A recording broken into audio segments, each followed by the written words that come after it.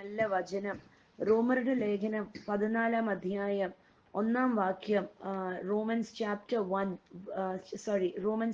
14 verse number 1.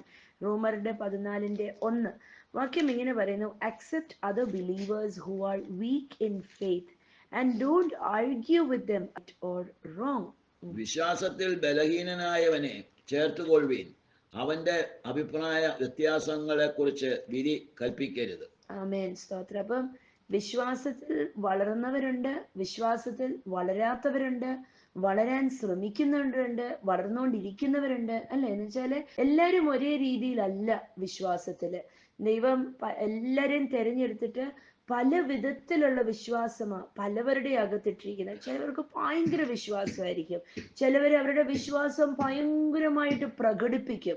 അവര് ഭയങ്കര കയ്യടി, പ്രാർത്ഥന, ഭയങ്കര വചനധ്യാനം, പല കാര്യങ്ങൾ. ഈ പ്രാർത്ഥന, ഭയങ്കര വചനധ്യാനം, പല കാര്യങ്ങൾ ചെയ്യും. പലവരും വളരെ ശാന്തമായിട്ട് ക്വയറ്റായിട്ടായിരിക്കും വിശ്വാസം അവരുടെ പ്രകടിപ്പിക്കുന്നത്. പക്ഷെ എങ്ങനെ പോയാലും കർത്താവിന്റെ വചനം പറയുന്നത്, ഹല്ലേലൂയ, ആരുമായിട്ട് അവരുടെ വിശ്വാസത്തിനെ കുറിച്ച് വാക്ക് തർക്കങ്ങൾ ഉണ്ടാകുകയും ചോദ്യം ചെയ്യുകയും ഇങ്ങനെയൊക്കെയാണോ വേണ്ടത് എന്ന് ചോദിച്ച് ആരെയും വിഷമിപ്പിക്കല്ലേ. സ്തോത്രം, ഹല്ലേലൂയ.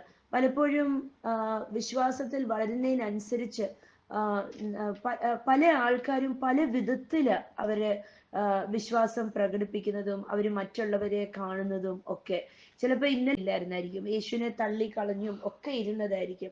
പക്ഷെ പെട്ടെന്ന് വിശ്വാസത്തിൽ വന്നു കഴിയുമ്പോഴത്തേക്ക് എല്ലാവരും സ്വന്തമായിട്ട് തോന്നും, എനിക്ക് ഒരുപാട് വിശ്വാസം, ഞാൻ ഒരുപാട് പ്രാർത്ഥിക്കുന്ന ആളാ, ഇനി മറ്റുള്ളവരും എന്നെ പോലെ ഇങ്ങനെ തന്നെ ആയിരിക്കണം. അങ്ങനെയല്ല. കർത്താവിന്റെ വചനം പറയുന്നത് പലവർക്കും പല വിധത്തില പലവർക്കും പല വിധത്തില വിശ്വാസമുള്ളത്. അതിനകത്ത് വിശ്വാസത്തിൽ താണും കുറഞ്ഞും ഒക്കെ നിൽക്കുന്നവർ, അല്ലെങ്കിൽ വലിയ ആഴത്തില് വിശ്വാസമൊന്നും ഇല്ലാത്തവരെ അവരുമായിട്ട് ചെന്ന് ആർഗ്യൂ ചെയ്ത് ഇതാണ് ശരി, അല്ല അതാണ് ശരി എന്നൊന്നും പറഞ്ഞ് പല കാര്യങ്ങളെക്കുറിച്ചും ആർഗ്യൂ ചെയ്ത് വാക്ക് തർക്കങ്ങൾ ഉണ്ടാകാതിരിക്കാൻ നിർബന്ധിക്കുന്നു. എന്നിട്ട് അതിന്റെ താഴോട്ട് ഇങ്ങനെ വരുമ്പം ആഹാരത്തിനെ കുറിച്ചാ പറയുന്നത്. പക്ഷെ ആഹാരത്തിനെ കുറിച്ച് മാത്രമല്ല, ഏതൊരു കാര്യത്തിലും വാക്ക് തർക്കങ്ങൾ ഉണ്ടാവല്ലേ. എന്താന്ന് വെച്ചാൽ വിശ്വാസം കുറഞ്ഞവര്, അല്ലെങ്കിൽ ഇന്നലെ വിശ്വാസി വന്നവര്, അല്ലെങ്കിൽ ഇന്നലെ വിശ്വാസി വന്നവര്, അല്ലെങ്കിൽ വലിയ വിശ്വാസമൊന്നും ഇല്ലാത്തവര്, അവര് വിശ്വാസത്തിൽ നിന്ന് ഒഴുകിപ്പോകാൻ സാധ്യതയുണ്ട്. 2, എപ്പോഴും വിശ്വാസത്തിനെ ചൊല്ലി അല്ലെങ്കിൽ പ്രാർത്ഥനകളെ ചൊല്ലി അങ്ങോട്ടും ഇങ്ങോട്ടും വാക്ക് തർക്കങ്ങളും സംസാരങ്ങളും ഉണ്ടാകുമ്പോൾ ഒരുപക്ഷെ അതിൻ്റെ റോമരുടെ ലേഖനത്തിനകത്ത് പൗലോസ് അപ്പോസ്തലൻ വളരെ അധികം നിർബന്ധിക്കുന്നു, വേറെ ഒരാളുമായിട്ട് വിശ്വാസത്തിന്റെ വാക്ക് തർക്കങ്ങൾ ഉണ്ടാവല്ലേ. എന്നിട്ട് അവിടെ എന്ത് തിന്നും എന്ത് കഴിക്കും എന്നൊക്കെ പറഞ്ഞു കഴിഞ്ഞിട്ട് അതിന്റെ 4-ാം വാക്യത്തിനകത്ത് അപ്പോസ്തലൻ ഒരു ചോദ്യം ചോദിക്കുക, ഹു ആർ യു ടു കണ്ടം someone? ചോദ്യം ചോദിക്കുക, who are you to condemn someone else's servants? Their own master will judge whether they stand or fall, and with the Lord's help they will stand and receive his approval. ആ വാക്യം ഒന്ന് ശ്രദ്ധിക്കാം. 4-ാം വാക്യം, റോമർ 14. മറ്റൊരുവന്റെ ദാസനെ വിധിക്കുവാൻ മറ്റൊരുവന്റെ ദാസനെ അവൻ നിൽക്കുന്നതോ വീഴുന്നതോ സ്വന്തം യജമാനന്റെ മുമ്പിലത്രേ. അതിനാൽ അവൻ അവനെ നിൽക്കുമാറാക്കുവാൻ കർത്താവിന് കഴിയുമല്ലോ. നിങ്ങൾക്കറിയാം, എല്ലാവരും, നമ്മൾ ഓരോരുത്തരും ക്രിസ്തുവിൽ വന്നാൽ നമ്മുടെ ചുറ്റിനുമുള്ളവര് നമ്മുടെ ചുറ്റിനുമുള്ളവര് എത്ര തെറ്റ് ചെയ്തവരാണെങ്കിലും യേശുവിനെ അവരോടൊക്കെ ഭയങ്കര ഇഷ്ടമാണ്. എത്ര ഒരു വ്യക്തി പ്രാർത്ഥിക്കാതിരുന്നാലും ദൈവത്തിന് ഭയങ്കര ഇഷ്ടം. അവരുടെ നന്മ വെളിപ്പെടത്തില്ലെന്നേ ഉള്ളൂ. പ്രാർത്ഥന കുറയും തോറും നന്മ വെളിപ്പെടാതിരിക്കും, അത്രയേ ഉള്ളൂ. പക്ഷേ ദൈവത്തിന് എല്ലാവരും എന്ന് പറഞ്ഞാൽ നമ്മൾ ക്രിസ്തുവിലായി കഴിയുമ്പോൾ നമ്മൾ സ്വർഗത്തിന്റെ ദാസന്മാരും ദാസിമാരുമാണ്. അല്ലേ? നമ്മൾ പാപത്തിന്റെ അടിമ നുകത്തിൽ നിന്ന് വിടുവിക്കപ്പെട്ട് നരകത്തിന്റെ ദാസനും ദാസി എന്നുള്ള ഇരുട്ടിന്റെ പദവിയിൽ നിന്ന് മാറി പ്രകാശത്തിനകത്ത്, ക്രിസ്തുവിന്റെ അത്ഭുത പ്രകാശത്തിനകത്ത് വന്ന് ക്രിസ്തുവിന്റെ രാജ്യത്തിന്റെ ദാസന്മാരും ദാസിമാരും മക്കളും ഒക്കെയാ. ഹല്ലേലൂയ. പിന്നെ ദൈവത്തിന്റെ മക്കളായി തീരുക. അതാ റോമരുടെ ലേഖനം 6-ാം അധ്യായത്തിനകത്ത് അപ്പോസ്തലൻ ഇങ്ങനെ പറയുന്നുണ്ട്, നമ്മള് പാപത്തിന്റെ അടിമത്തത്തിൽ നിന്ന് ഹല്ലേലൂയ നമ്മള് ക്രിസ്തുവിന്റെ ആയി തീർന്നു അല്ലെ. 11-ാം വാക്യം 6:11, 6:6, we are no longer slaves to sin. കണ്ടോ, 6:6 പറയുന്നു, ഇനി നമ്മൾ പാപത്തിന് അടിമകളല്ല. ഇനി നമ്മൾ പാപത്തിന് അടിമകളല്ലെങ്കിൽ പിന്നെ നമ്മൾ എന്തിന്റെ അടിമകളാ? നമ്മള് നീതിയുടെ അടിമകള് അല്ലെ. പാപത്തിന്റെ ഓപ്പോസിറ്റ് നീതിയാ. നമ്മള് നീതിയുടെ അടിമ, നമ്മൾ സ്വർഗത്തിന്റെ അടിമ. ഇനി സാത്താന്റെ അടിമയല്ല, നമ്മൾ ക്രിസ്തുവിന്റെ അടിമ. നമ്മൾ ഇരുട്ടിന്റെ അടിമയല്ല, വെളിച്ചത്തിന്റെ അടിമ. Consider yourselves to be dead to the power of sin and alive to God through Christ Jesus. മരണത്തിന് വിധേയരാവാതെ ഇനി നമ്മൾ ജീവനുള്ളവരായി, ക്രിസ്തുവിന് ജീവനുള്ളവരായി. എന്നിട്ട് 22-ാം വാക്യം, റോമർ 6:22, but now you are free from the power of sin. 22, but now you are free from the power of sin and have become slaves of God. ഇത് വെച്ചാണ് റോമറുടെ 14-നകത്ത് അപ്പോസ്തലൻ 4-ാം വാക്യത്തിനകത്ത് വർണ്ണിക്കുന്നത്, വേറൊരുവന്റെ ദാസനെ വിധിക്കാൻ നിങ്ങൾ ആര്? റോമർ 6:22 ഒന്ന് വായിച്ചു. എന്നാൽ ഇപ്പോൾ പാപത്തിൽ നിന്ന് സ്വാതന്ത്ര്യം പ്രാപിച്ച് ദൈവത്തിന് അടിമകളായിരിക്കുക. കണ്ടോ, ദൈവത്തിന് അടിമകളായി. ഇന്നൊന്ന് പറഞ്ഞേ, ഞാൻ ദൈവത്തിന്റെ അടിമയാ അല്ലേ, ഞാൻ ക്രിസ്തുവിന്റെ അടിമയാ, ഞാൻ ദൈവത്തിന്റെ മകനാണ്, മകളാണ്. പക്ഷേ ഹല്ല് അതിനോടൊപ്പം ഞാൻ ദൈവത്തിന്റെ അടിമ വെച്ചിരിക്കുക എന്ന് പറഞ്ഞാൽ, ഇങ്ങോട്ട് പോകാൻ പറഞ്ഞാൽ ഞാൻ ഇങ്ങോട്ട് പോകും, അങ്ങോട്ട് പോകാൻ പറഞ്ഞാൽ ഞാൻ അങ്ങോട്ട് പോകും, ഇങ്ങനെ ചെയ്യാൻ പറഞ്ഞാൽ ഇങ്ങനെ ചെയ്യും. കണ്ടോ, അടിമയുടെ ജോലി അതാ അല്ലേ. ഒരു കാര്യം ഏൽപ്പിച്ചാൽ, ഒരു കാര്യം ചെയ്യാൻ പറഞ്ഞാൽ അതിന് വാക്കുതർക്കമില്ലാതെ, അതിന് ചോദ്യമില്ലാളും പാപം പറഞ്ഞു, അത് ചെയ്, ഇത് ചെയ്, അത് നോക്ക്, ഇത് തിന്ന്, അത് കുടിക്കുക, അത് തൊട് എന്ന് പാപം പറഞ്ഞു. അതിനടിമയായിരുന്നു. പക്ഷേ വേണ്ട, ഇരുട്ടിന്റെ അന്ധകാര ലോകത്തിൽ നിന്നും പാപത്തിൽ നിന്നും വിടുവിക്കപ്പെട്ട് നമ്മളെ ക്രിസ്തുവിന്റെ അടിമയാക്കി എന്ന് വചനം വന്നു. പിതാവായ ദൈവത്തിന്റെ അടിമയാക്കി. അങ്ങനെയെങ്കിൽ എന്ന് വചനം വന്നു, പിതാവായ ദൈവത്തിന്റെ അടിമയാക്കി. അങ്ങനെയെങ്കിൽ ദേഷ്യം വന്നാൽ തോന്നുന്ന വിധത്തിൽ ദേഷ്യപ്പെടാൻ പറ്റത്തില്ല. കുറ്റം പറയാൻ വന്നാൽ തോന്നുന്ന വിധത്തിൽ കുറ്റം പറയാൻ പറ്റത്തില്ല. എന്നാന്ന് വെച്ചാൽ അകത്തിരുന്ന് ക്രിസ്തു സമ്മതിക്കത്തില്ല. ഹല്ലേലൂയ. എവിടെയെങ്കിലും അഥവാ എന്തെങ്കിലും പറയുവോ എടുക്കുകയോ ചെയ്തിട്ടുണ്ടെങ്കിൽ കുറ്റബോധം എന്ന് പറഞ്ഞൊരു കാര്യം നമ്മളെ ഭരിക്കും അല്ലേ. എന്നിട്ട് നമ്മൾ അവിടെ ഏറ്റുപറഞ്ഞ് ക്ഷമ ചോദിക്കുന്നത് വരെ ആ കുറ്റബോധം ഇട്ട് നമ്മളെ അലട്ടും. റോമറുടെ 14:4 പറയുന്നു, നിങ്ങൾ ആരാണ് വേറൊരുവന്റെ വേലക്കാരനെ വിധിക്കുവാനായിട്ട്? ഹല്ലേലൂയ. കുറ്റാസന സ്വർഗത്തിന്റെ ദാസൻ. നമ്മുടെ ചുറ്റിനും നിൽക്കുന്നവർ എത്ര വിശ്വാസം കുറഞ്ഞവരാണെങ്കിലും അവരെല്ലാരും സ്വർഗത്തിന്റെ ദാസന്മാരും ദാസിമാരുമാ. റോമറുടെ 6:22 പറയുന്നു, ഇനി നിങ്ങൾ പാപത്തിന്റെ അടിമയല്ല, ഇനി നിങ്ങൾ ദൈവത്തിന്റെ അടിമയാ. ഹല്ലേലൂയ. അങ്ങനെയെങ്കിൽ നമ്മുടെ ചുറ്റിനും നിൽക്കുന്ന, നമ്മുടെ വീട്ടിനകത്ത് വളരുന്ന ഏറ്റവും ചെറിയ കുഞ്ഞു തൊട്ട് അത്രയും പ്രായമായ ഒരു വ്യക്തി പോലും, നമ്മൾ പോകുന്ന സഭകളില് നമ്മുടെ ചുറ്റിനിരിക്കുന്നവരും സകലരും ദൈവത്തിന്റെ ദാസന്മാരും ദാസിമാരുമാ.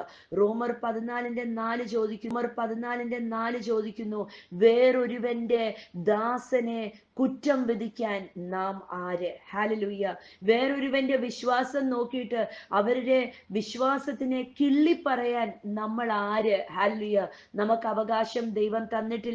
വചനം എന്നിട്ട് 14:4 റോമറുടെ ലേഖനം പറയുന്നു, ദൈവത്തിന്റെ സഹായത്താൽ അവര് നിൽക്കും, അവര് വീണു പോകത്തില്ല, അവര് നിൽക്കും. Hallelujah. they will receive God's approval. ദൈവം അവരെ നോക്കിയിട്ട് പറയും, നീ കൊള്ളാം കുഞ്ഞെ. ഹല്ലേലൂയ. പക്ഷെ നമ്മൾ കുറ്റം വിധിച്ചുകൊണ്ടിരുന്നാലോ, നമ്മളെ നോക്കിയിട്ട് സ്വർഗം ഇങ്ങനെയാണോ? ഹല്ലേലൂയ. സ്തോത്രം. നമ്മളെ വിളിച്ചിട്ടില്ല. ഇന്നൊരു തീരുമാനമെടുക്കുക. ഹല്ലേലൂയ. ഞാൻ വേറൊരാളുടെ വിശ്വാസത്തെ നോക്കി ഞാൻ അവരെ കുറ്റം പറയത്തില്ല, ഞാൻ അവരുടെ വിശ്വാസത്തിനെ അളക്കാൻ നടക്കത്തില്ല. നമ്മളെ വിളിച്ചിട്ടില്ല വേറൊരാളുടെ വിശ്വാസം അളക്കുവാനോ, വേറൊരാളുടെ വിശ്വാസം അതിനെ കുറിച്ച് സംസാരിക്കുവാനോ, ഒന്നും ചോദ്യം ചെയ്യാനോ ഒന്നും നമ്മളെ വിളിച്ചിട്ടില്ല. നമ്മൾക്ക് ആകുമെങ്കിൽ പിൻപിൽ നിന്ന് പ്രാർത്ഥിക്കണം, ഉപദേശം കൊടുക്കണം, അവരെ ആത്മാവിൽ വളരുവാൻ ഉപദേശം കൊടുക്കണം. അല്ലാതെ അവരെ കുറ്റം വിധിക്കുവാനോ ചോദ്യം ചെയ്യുവാനോ നമ്മൾ ആരുമല്ല. അവരോരോരുത്തരും ഓരോ ക്രിസ്തീയ വിശ്വാസിയും ഹല്ലേലൂയ വചനം മറക്കല്ല്, ദൈവത്തിന്റെ അടിമകളാ. ദൈവം അവരെ നേരെയാക്കിക്കോളും. നമ്മൾ പിൻപിലിരുന്ന് പ്രാർത്ഥിച്ചാൽ മാത്രം മതി. 5-ാം വാക്യം, ഹല്ലേലൂയ, റോമർ 14:5. In the same way, something one day is like. You should each be fully convinced that whichever day you choose is acceptable. എന്ന് വായിച്ചാൽ അതിന്റെ 9 വരെയും കുറെ കാര്യങ്ങൾ ഇങ്ങനെ. ഒരുവൻ ഒരു ദിവസത്തെക്കാൾ മറ്റൊരു ദിവസത്തെ മാനിക്കുന്നു, വേറൊരുവൻ സകല ദിവസങ്ങളെയും തുല്യമായി പരിഗണിക്കുന്നു. ഇങ്ങനെ ദിവസങ്ങളെ കുറിച്ചും ഭക്ഷണത്തിനെ കുറിച്ചും എല്ലാം ഇങ്ങനെ പറഞ്ഞിട്ട് ഹല്ലേലൂയ അതിന്റെ 8-ാം വാക്യത്തിനകത്ത് ഇങ്ങനെ പറയുന്നു, if we live it is to honour the Lord. നമ്മൾ ജീവിക്കുന്നെങ്കിൽ കർത്താവിനെ നമ്മള് കർത്താവിന് മാന്യത കൊടുക്കാനാ, കർത്താവിനെ ഉയർത്താനാ. And if we die it is to honour the Lord. നമ്മൾ മരിച്ചാൽ നമ്മൾ ക്രിസ്തുവിന് മഹത്വം കൊടുക്കാനാ. So whether we live or die we belong to the Lord. ഹല്ലേലൂയ. നമ്മൾ ജീവിച്ചാലും നമ്മൾ മരിച്ചാലും നമ്മൾ ആരുടെ അവകാശത്തിന്റെ അടിമത്തത്തിലാ കിടക്കുന്നത്? ക്രിസ്തുവിന്റെ അടിമത്തത്തിലാ കിടക്കുന്നത്. അങ്ങനെയെങ്കിൽ ഒരു ദിവസം വേറൊരു ദിവസത്തിനെക്കാട്ടിലും നല്ലത്. ഇന്ന് ഹല്ലേലൂയ ആരെങ്കിലും ദിവസങ്ങൾ നോക്കുന്നുണ്ട്, ആണ്ടുകൾ നോക്കുന്നുണ്ട്, സമയങ്ങൾ നോക്കുന്നുണ്ട് എന്നുണ്ടെങ്കിൽ അവിടെ വചനം വിളിച്ചു പറയുക, എല്ലാ സമയങ്ങളും എല്ലാ ആണ്ടും എല്ലാ ദിവസവും എല്ലാം ദൈവം ഉണ്ടാക്കിയതാണ്. അതെല്ലാം നല്ലതാണ്. നമ്മൾ ഓരോരുത്തരും ക്രിസ്തുവിന്റെ അടിമയാണെങ്കിൽ ഹല്ലേലൂയ നമ്മളെ നിയന്ത്രിക്കുന്നത് കർത്താവാണ്. ഏത് സമയമോ കാലമോ വർഷമോ ആണ്ടോ ദിവസമോ ഒന്നുമല്ല നമ്മളെ നിയന്ത്രിക്കുന്നത്. ആകാശത്ത് കാണുന്ന നക്ഷത്രങ്ങളോ അതിന്റെ സമയങ്ങളോ ഒന്നുമല്ല. ഒരുവൻ ജനിച്ച സമയമോ ആണ്ടോ ഒന്നുമല്ല ഹല്ലേലൂയ അവന്റെ ഭാവിയെ തീരുമാനിക്കുന്നത്. അവൻ ക്രിസ്തുവിൽ അടിമയാണെങ്കിൽ ഹല്ലേലൂയ, ക്രിസ്തുവിന്റെ ദാസനും അടിമയാണെങ്കിൽ ഹല്ലേലൂയ, ക്രിസ്തുവിന്റെ ദാസനും ദാസിയുമാണെങ്കിൽ അവന്റെ ജീവിതം നിയന്ത്രിക്കുന്നത് യേശു കർത്താവാണ്. അവന്റെ ജീവിതം നന്മയായേ തീരത്തുള്ളൂ, തിന്മയായി തീരത്തില്ല.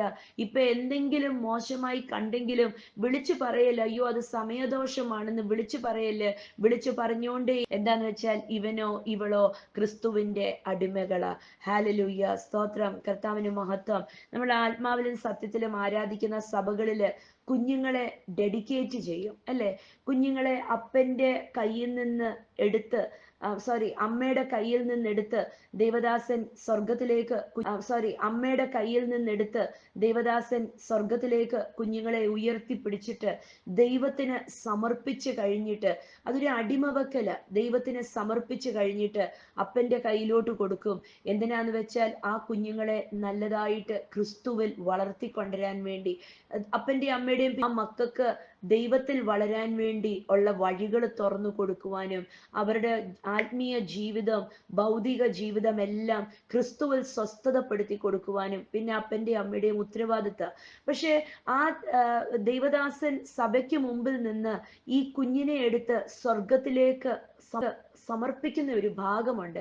അവരെന്തുവാ ചെയ്യുന്നേ? അവര് ക്രിസ്തുവിന് ഈ കുഞ്ഞിനെ അടിമ വെക്കുക. കണ്ടോ? അടിമ വെച്ചതിന്റെ പിന്നെ അതിന്റെ മേലിൽ പിന്നെ ആ കുഞ്ഞിന്റെ മേലില് സ്വർഗത്തിനാണ് അവകാശം. അല്ലയോ? പിന്നെ അപ്പന്റെ അമ്മയുടെയും ജോലി എന്താണ്? കുഞ്ഞിനെ തൊട്ടേ കുഞ്ഞിനെ വിധിക്കുവല്ല, കുഞ്ഞിനെ ക്രിസ്തുവിൽ വളർത്തുന്ന ഉത്തരവാദിത്തമാ. ഹല്ലേലൂയ. പിന്നെ ആ കുഞ്ഞിന്റെ മേൽ ഉത്തരവാദിത്തം ആരുടെയാ? ക്രിസ്തുവിന്റെ ആണ് ഉത്തരവാദിത്തം. ഇതേപോലെ നമ്മൾ ഓരോരുത്തരും ചെന്ന് അപ്പാ അടിയനിതാ, ക്രിസ്തുവിന് യേശു എൻ്റെ ദൈവമാണ്, യേശു എൻ്റെ കർത്താവാണ് എന്ന് നാം ഓരോരുത്തരും ഏറ്റുപറഞ്ഞ് ക്രിസ്തുവിലാകുമ്പോൾ പിന്നെ നമ്മുടെ ഉത്തരവാദിത്തം സ്വർഗത്തിന്റെ കയ്യിലാ. നമ്മുടെ ചുറ്റിനും കിടക്കുന്നവരുടെ കയ്യിലല്ല നമ്മുടെ ഉത്തരവാദിത്തം. നമ്മുടെ ഉത്തരവാദിത്തം സ്വർഗത്തിലെ അപ്പായുടെ കയ്യിലാ. പിന്നെ നമ്മുടെ ഓരോ ദിവസവും ആരെങ്കിലും പറയുന്നുണ്ടോ, അവള് ഇന്ന ദിവസത്തിൽ ഇന്ന ആണ്ടിൽ ഇന്ന സമയത്ത് ജനിച്ചത് കൊണ്ട് ഇങ്ങനെ ഐശ്വര്യത്തോടെ ജീവിക്കുന്ന, വെറുതെ അത് ഏറ്റവും പൊളിവാക്ക.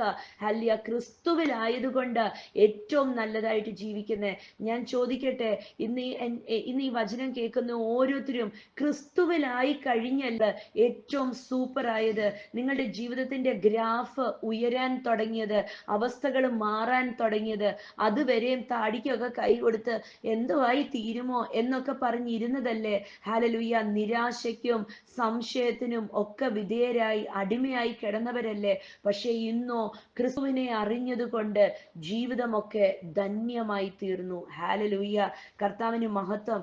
എന്താ? നമ്മൾ ക്രിസ്തുവിന് അടിമകളാ, നമ്മൾ സ്വർഗത്തിന് അടിമകളാ. ഹല്ലേലൂയ. അതിന്റെ 10-ാം വാക്യം, റോമരുടെ 14:10 ഒരു ചോദ്യം ചോദിക്കുക, വായിച്ച്. എന്നാൽ നീ സഹോദരനെ ഒരു ചോദ്യം ചോദിക്കുക, വായിച്ച്. എന്നാൽ നീ സഹോദരനെ വിധിക്കുന്നത് എന്ത്? എന്നാൽ നീ സഹോദരനെ വിധിക്കുന്നത് എന്ത്? അല്ല, നീ സഹോദരനെ ധിക്കരിക്കുന്നത് എന്ത്? നാം എല്ലാവരും ക്രിസ്തുവിന്റെ ന്യായാസനത്തിന് മുമ്പാകെ നിൽക്കേണ്ടി വരും. കണ്ടോ? So why do you condemn another believer? Why do you all stand before the judgment seat of God? പലവരും അവരുടെ ഇഷ്ടപ്രകാരം അല്ല വേറൊരു വ്യക്തി സംസാരിക്കുന്നത്, പ്രവർത്തിക്കുന്നത്, പ്രാർത്ഥിക്കുന്നത്, പല കാര്യങ്ങൾ ചെയ്യുന്നത്.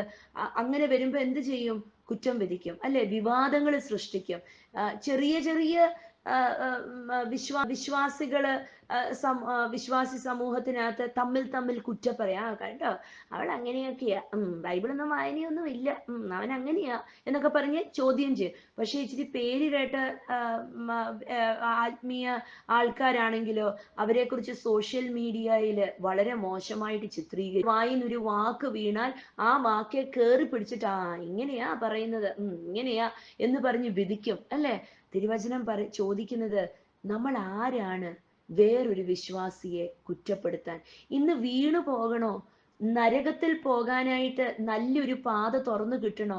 വേറൊരു വിശ്വാസി പോകാനായിട്ട് നല്ലൊരു പാത തുറന്നു കിട്ടണോ? വേറൊരു വിശ്വാസിയെ കുറ്റപ്പെടുത്തിയാൽ മതി, വേറൊരു വിശ്വാസിയുടെ വിശ്വാസത്തിനെ ചോദ്യം ചെയ്താൽ മതി. അവകാശമില്ല, ഹല്ലേലൂയ, അങ്ങനെ ചെയ്യുവാൻ. എന്താ? ഓരോരുത്തരെയും വിളിച്ചത് ക്രിസ്തുവാ. ഓരോരുത്തരെയും വിളിച്ചെങ്കിൽ ക്രിസ്തുവിന് വിധേയരാകാൻ വേണ്ടിയാ ഓരോരുത്തരെയും വിളിച്ചിരിക്കുന്നത്. ഇന്ന് ഹല്ലേലൂയ, പ്രിയപ്പെട്ടവരെ, ഞാൻ പറയട്ടെ, സ്തോത്രം, ഒരു വിശ്വാസിയെ കുറിച്ചും വീട്ടിനകത്ത് സംസാരിക്കല്ലേ. ഒരു വ്യക്തിയെക്കുറിച്ചും, ദൈവം വിളിച്ചിരിക്കുന്ന ഒരു പൈതലിനെ കുറിച്ചും, ഹല്ലേലൂയ, അവരെ ആത്മാവിലും സത്യത്തിലും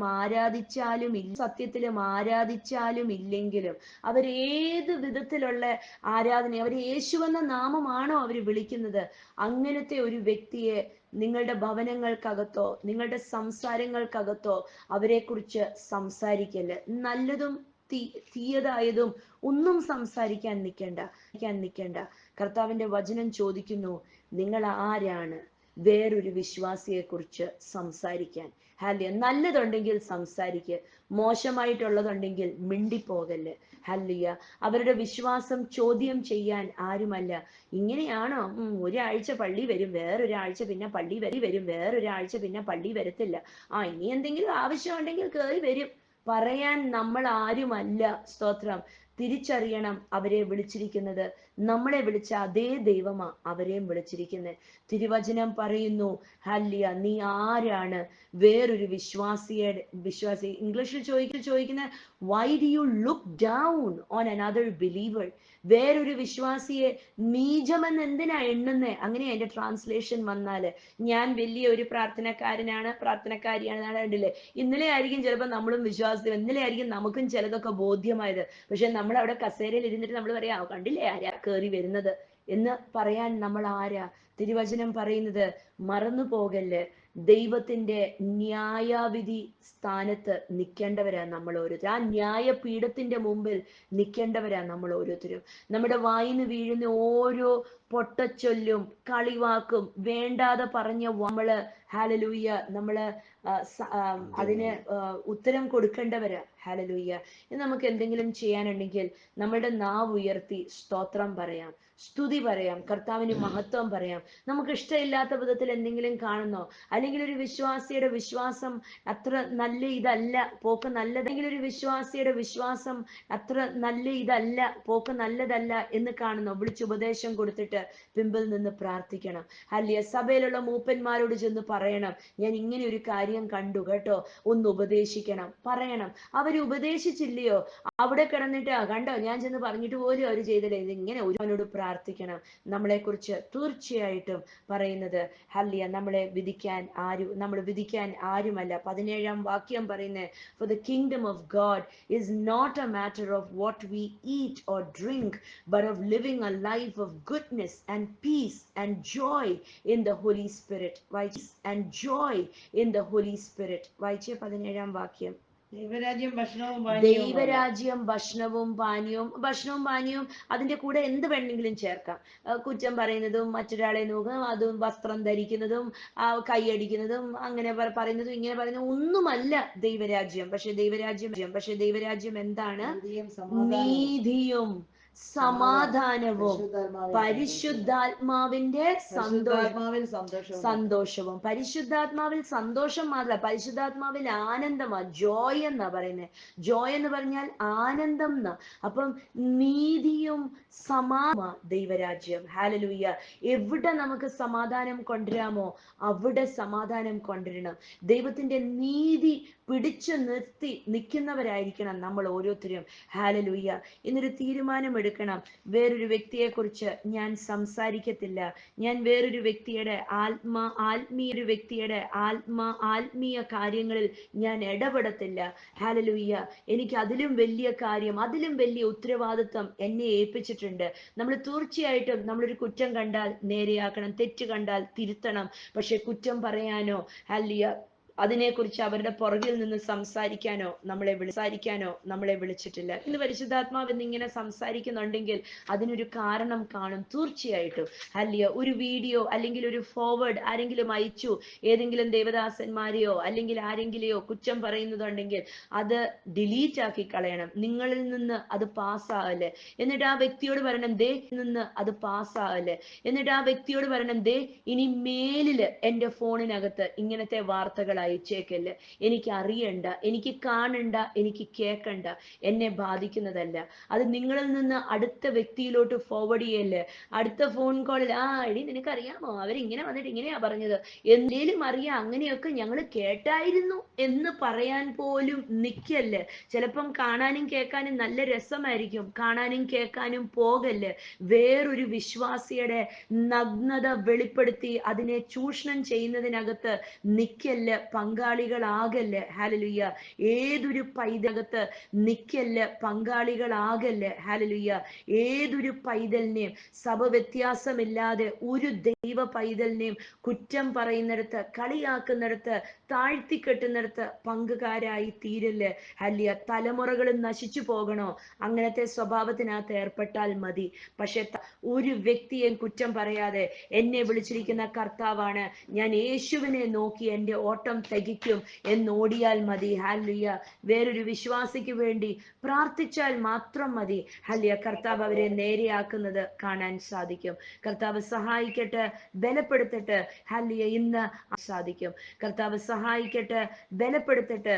ഹല്ലിയ. ഇന്ന് ആത്മാവിന്റെ അന്തരംഗത്തിനകത്ത് വെളിപ്പെടട്ടെ. ഹല്ലിയ. ദൈവത്തിന്റെ ഈ നല്ല വചനം. ഹാലലൂയ. ഞാൻ വീണ്ടും പറയുന്നു, എവിടെങ്കിലും ഒന്നും ഒരു ഫോർവേഡ് കിട്ടിയാൽ, വേണ്ടാത്തത് കിട്ടിയാൽ അത് ഡിലീറ്റ് ആക്കണം. ആ വ്യക്തിയോട് പറയണം, ഇനി മേലിൽ എനിക്കിത് അയച്ചു തരുക. പാപത്തിന്റെ ഓഹരിക്കാര് ആകല്ല്. നമ്മളൊരു വിശുദ്ധ ജീവിതം ജീവിച്ചാൽ നമ്മൾ പ്രാർത്ഥിക്കുന്ന പ്രാർത്ഥനകൾക്ക് മറുപടികൾ ഉടനടി കിട്ടും. ഹല്ലേലൂയ. നമ്മുടെ നന്മകൾ വെളിപ്പെടും. ഹല്ലേലൂയ. ദൈവം നമ്മളുടെ നന്മകളെ സ്വർഗത്തിൽ കണക്കിടും. കർത്താവ് അനുഗ്രഹിക്കട്ടെ. ഒരു വിശുദ്ധ ജീവിതം ജീവിക്കാൻ, പരിശുദ്ധിയതും തമ്മിൽ വേർതിരിക്കുവാൻ പരിശുദ്ധാത്മാവിന്റെ സുബോധം അകത്ത് വളരട്ടെ, വർദ്ധിക്കട്ടെ. കർത്താവ് സഹായിക്കട്ടെ. യേശുവിൻ